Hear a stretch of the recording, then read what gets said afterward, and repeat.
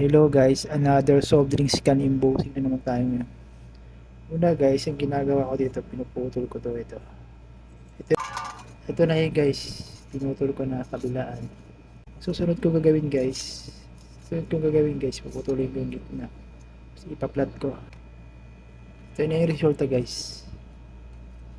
Naplat ko na siya, tapos tinikit ko na rin yung pinaka layout natin. Tapos guys, ang gagawin ko dyan guys, babakatin ko siya gamit to.